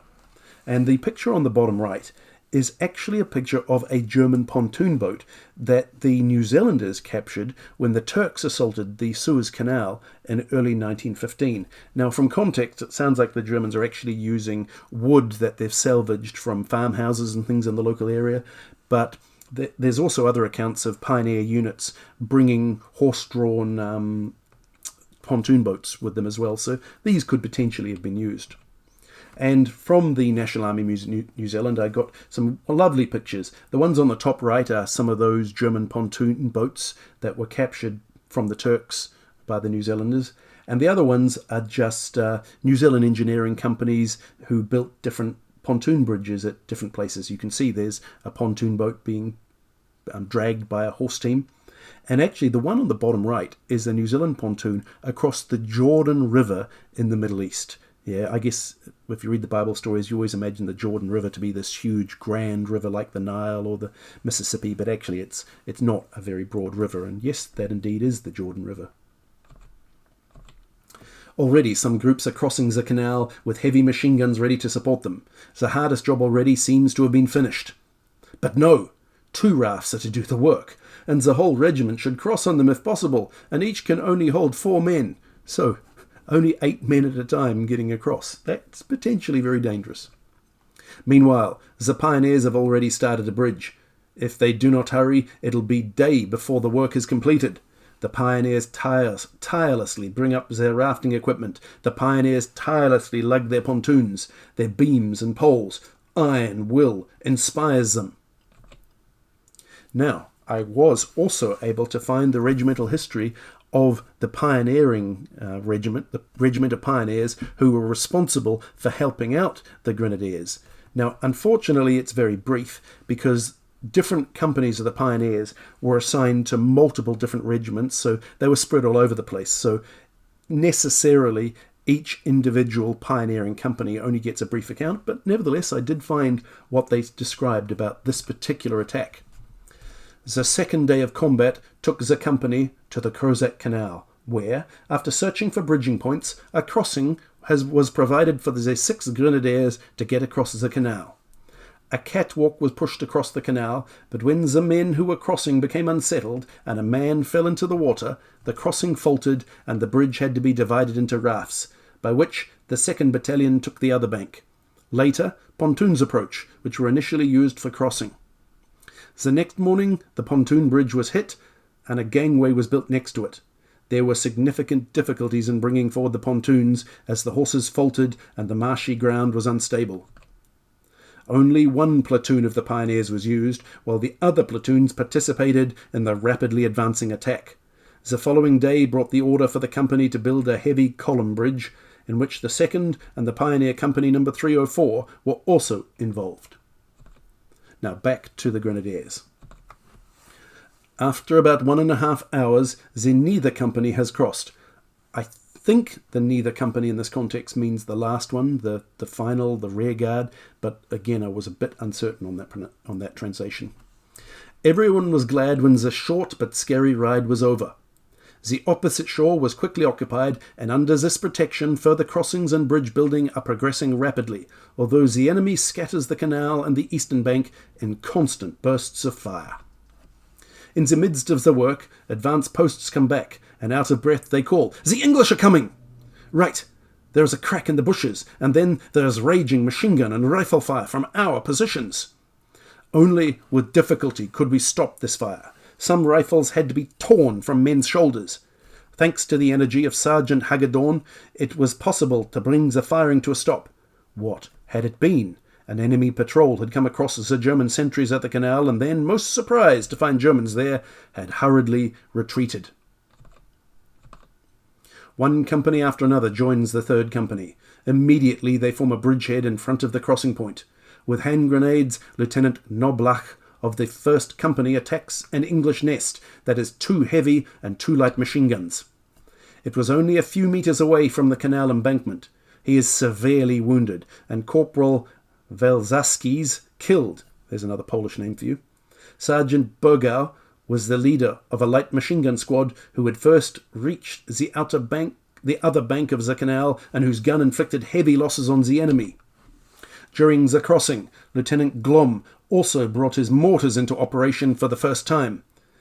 The closer we got to the canal, the livelier the machine gun fire became, and calls from our own machine guns and mortars also got louder.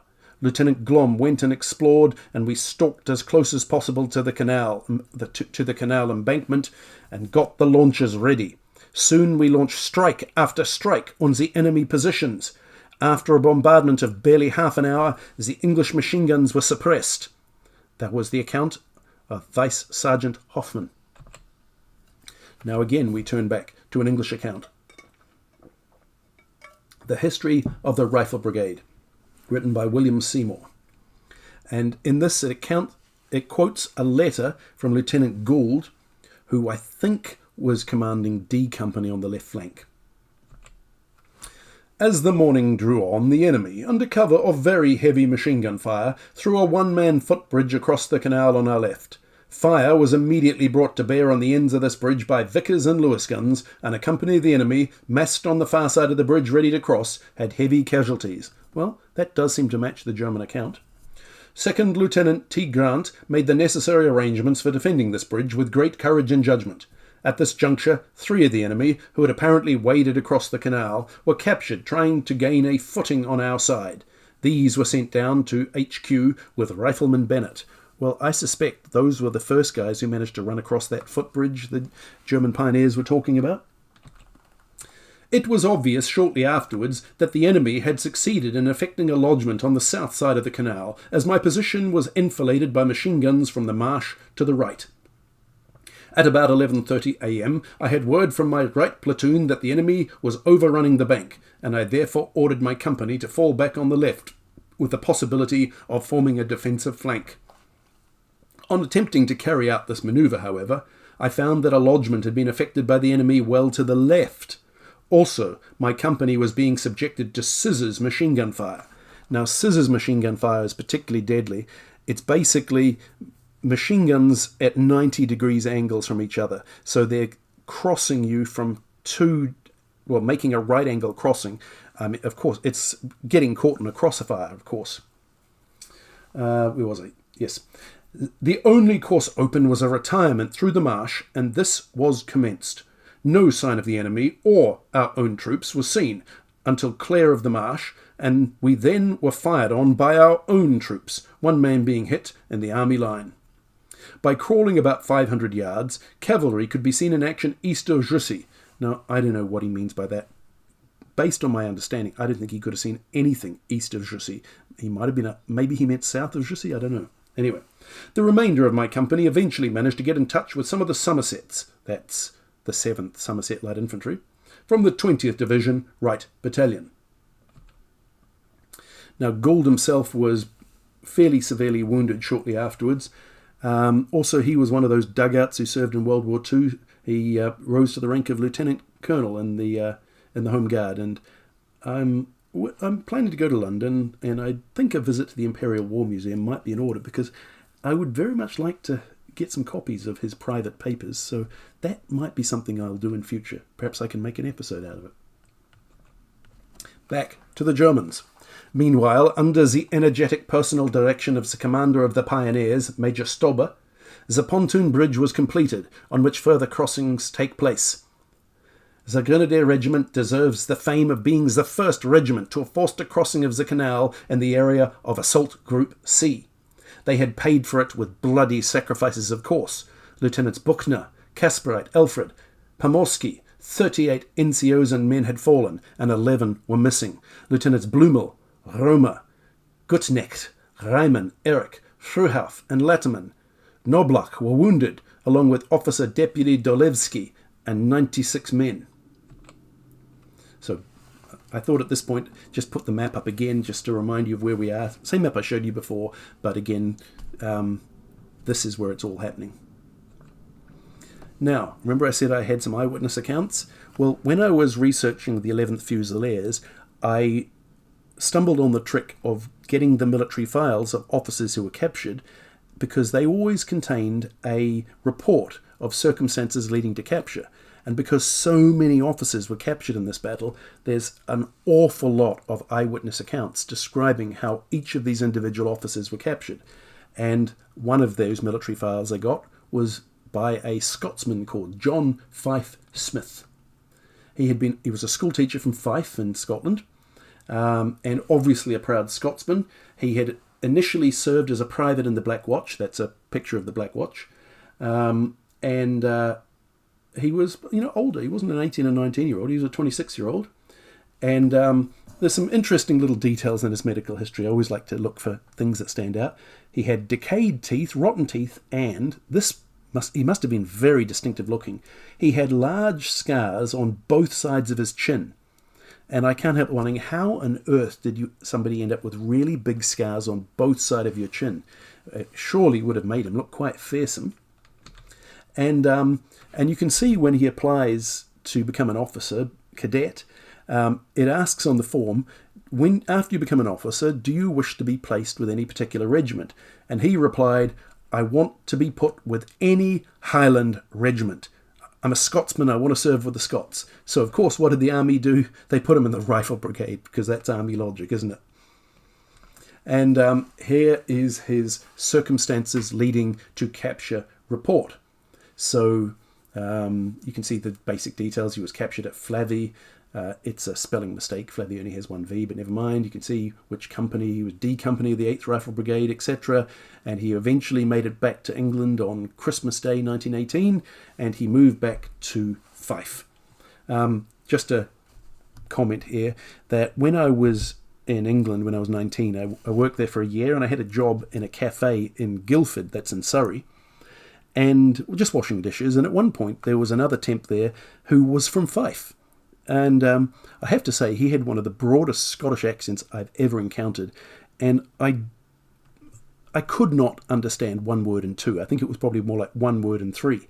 One of the parts I did understand was when he said that he was slowing down and speaking more clearly to help us understand him. And I still couldn't understand half of what he said. The Scottish accent from Fyfe is really thick, and I could barely make out anything. Okay, here's what he had to say about what was happening with the battle. At 2:30 a.m. on 22nd of March, I can't do a Scots accent, by the way, so I'm not even going to try. At 2:30 a.m. on 22nd March, I was in command of number 13 Platoon D Company, which company was left on bank of Jussy Canal to hold on to the position with a view to delaying enemy and giving other troops time to form and consolidate a line further back. Well, that's not strictly true. They were told to hold the enemy. This was the last desperate line. There were no other British lines of defence, but true, they did have to delay them if nothing else. Let's carry on. At dawn the same morning, the enemy appeared on the opposite bank, and about 3 a.m. the following morning was discovered in part of wood on my right by patrol. For a remainder of night, and up to 1:30 p.m. the following day, we fought him in the wood. At the aforementioned hour, I received a gunshot wound across the left thigh, the scar still remaining being about 3 inches by 2 inches, which made it impossible for me to get about except by crawling. About a minute afterwards, my sergeant was instantaneously killed, shot through the head, and then he put a little asterisk there and wrote at the bottom of the page, sentence omitted. At this time I had 7 men left, whom I ordered to join platoon on my left. The Germans came up to me while endeavouring to stop the bleeding of my wound and bandaged it for me. They left no guard in charge, and when night came I succeeded in getting as far back as Flavey, which I found to be occupied by the enemy. There I discovered myself still kilometres from my own line, and after remaining under cover till about 10 a.m, was found by a Red Cross party of the enemy, who had me taken to the temporary hospital at Flavey. That, by the way, is typical. I've come across other accounts which say exactly the same thing. The Germans, remember, were advance, advance, advance, speed, speed, speed, schnell, schnell, schnell, do not stop. But at the same time, we always hear these fearsome propaganda things about how evil they were and, shooting prisoners and blah, blah, blah. But the accounts you get are that's not like that at all. The German Red Cross are following up, and I found multiple accounts of them finding wounded Englishmen, patching them up and moving on. No time for prisoners. And if you do catch prisoners, just tell them to head towards the rear. Okay, let's get back to it. Now, just a couple of other little things about John Fyfe Smith. When I was researching my great-uncle's death with the Fusiliers, I found a beautiful record. The International Swiss Red Cross in Geneva has scanned all of the family inquiries about missing people, and now, of course, when somebody's taken a prisoner, or dead, I go and see, did any family members inquire about them? And here is, from the Swiss Red Cross website, the inquiry card. Smith, John F., 2nd Lieutenant, Rifle Brigade, France, wounded and missing March 23rd. Who was it inquired? It was his father, Robert Smith, from Fernbeck House in Fifeshire, Scotland. And the first response must have been very depressing for his father, because negative on what we don't know any news. On the 23rd of May, they still hadn't heard anything. And then, a miracle, they get news a little bit later that in fact he is a prisoner, and that he was indeed captured and he's not dead after all. So they got good news. My own family, my great-grandfather and grandmother, were sending similar inquiries, hoping for similar good news. But of course they never heard anything from the Swiss Red Cross because the Germans hadn't captured him and his body was never identified. There was, so what else do we get? So there it is, John Smith's father writing to the Swiss Red Cross and getting a response not yet reported. And then May 23rd, no news. And then a letter on the 3rd of June that he's a prisoner. And he was held at Karlsruhe. Now, in my research, I've also been looking into this guy, Gerald Wilcox. I'll probably make a whole episode about him too. Remarkably, I even tracked down his granddaughter. So there's a bit of an interesting story there. So Gerald Wilcox was one of the officers in the 11th Fusiliers with my great uncle. And afterwards, he was sent to Stralsund, Barnholm, up on the Baltic Sea. Apparently, that was rather a nice prison camp, good place to be sent to. And there's another officer who I've been researching, a Major Deacon, who was sent there. So that'll probably be another episode as well, but that's for the future. And he had commanded the 13th Platoon of D Company of the 8th Rifle Brigade. And strangely enough, the 9th Rifle Brigade were also on the canal. And I have the eyewitness account of the Robert Wilson, who was captured defending Flavia very shortly afterwards, who was commanding D Company of the 9th Rifle Brigade. But we'll get to that soon. Then we have Lieutenant Edward Percy Blundell, another one of these circumstances leading to capture. It's always nice to know, did they live or did they die? So this guy was born in the same year as my grandfather, New Zealand grandfather, 1893, and he lived till 1971. He was in the 9th Brigade, immediately to the right of John Smith's company. And you can see he was initially, for most of the war, in the King's Liverpool Regiment, but just a week or so before the attack, less than a week, he had been transferred to the 8th Rifles. And there's a bit of confusion which one he's in, but he's attached to the 8th Rifles. Now, what I found curious about his file was his home address, Rock Ferry, Cheshire.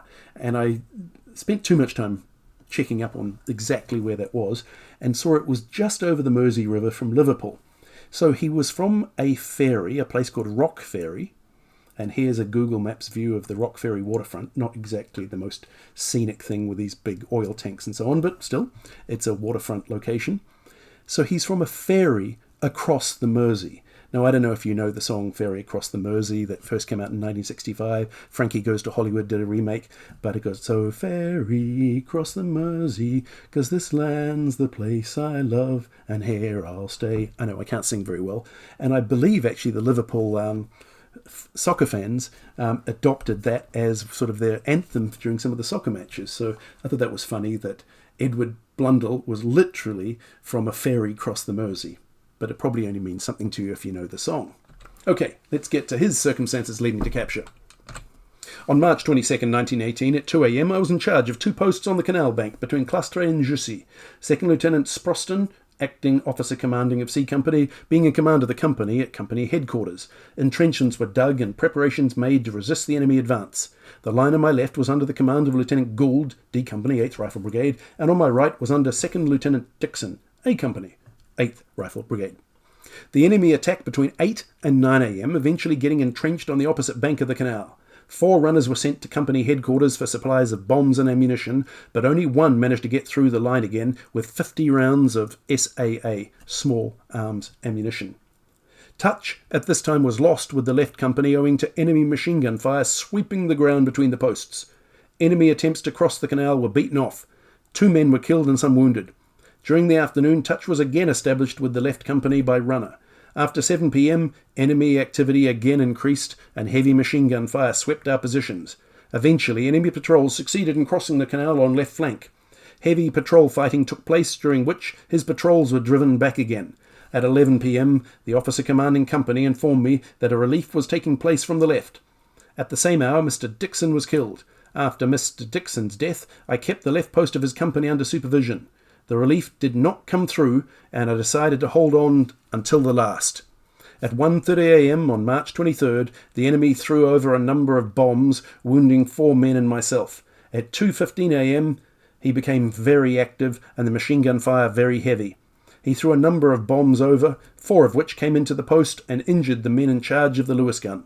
I took charge of the gun, and the onrush was beaten off. Whilst firing the gun, a bullet smashed it, and the flying pieces blinded me, destroying my right eye and breaking the socket bone of the left. After partially recovering the sight of my left eye, I moved towards the right post, but collapsed, unconscious. I regained consciousness 12 hours later, a prisoner in the enemy line, and was informed by a fellow prisoner that the enemy crossed the canal at 6 a.m. My goodness, that guy put up a fight. But despite the loss of one eye, he did live at least till 1971. And one more eyewitness account, Lieutenant Herbert Chandler. He was a butler from Surrey, which made me think of my time working in Surrey with that guy from Fyfe in Scotland. I wonder if Chandler had the same problem understanding the Scotsman. And, well, here's his account. On the evening of the 22nd of March, the company to which I belonged was detailed to relieve a company of the 8th Battalion Rifle Brigade in the front line. We moved forward and relieved them. Later on in the night, I was walking along the line and I met a Lewis gun team of the Scottish Rifles with their gun. I asked them what were they doing, and they told me the enemy was in their post.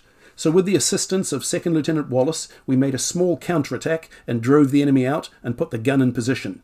2nd Lieutenant Wallace and I then went to company headquarters.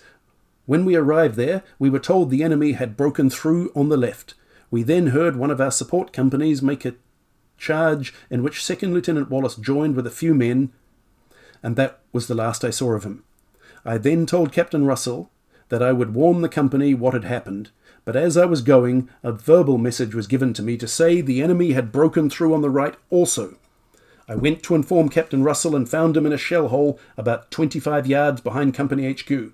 I gave him the message and asked what to do. He suggested going back, but I said I was going back to the company.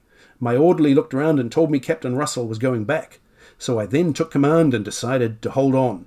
I had one officer left of the company and one machine gun corps officer with one gun. I sent a verbal message to Battalion HQ to say what had happened and what I was doing. We were being bombed on both flanks. I did not see either of the two officers again. About half an hour later, I heard troops advancing in my rear. I could not see them for the mist. When they got close, I discovered they were the enemy. So I gave the order to fire, but they were able to get close under cover of the bank. They bombed us, and the flanks were closing in, and our bombs, and unfortunately the bottom of the page in the military file was damaged, so some of it is illegible.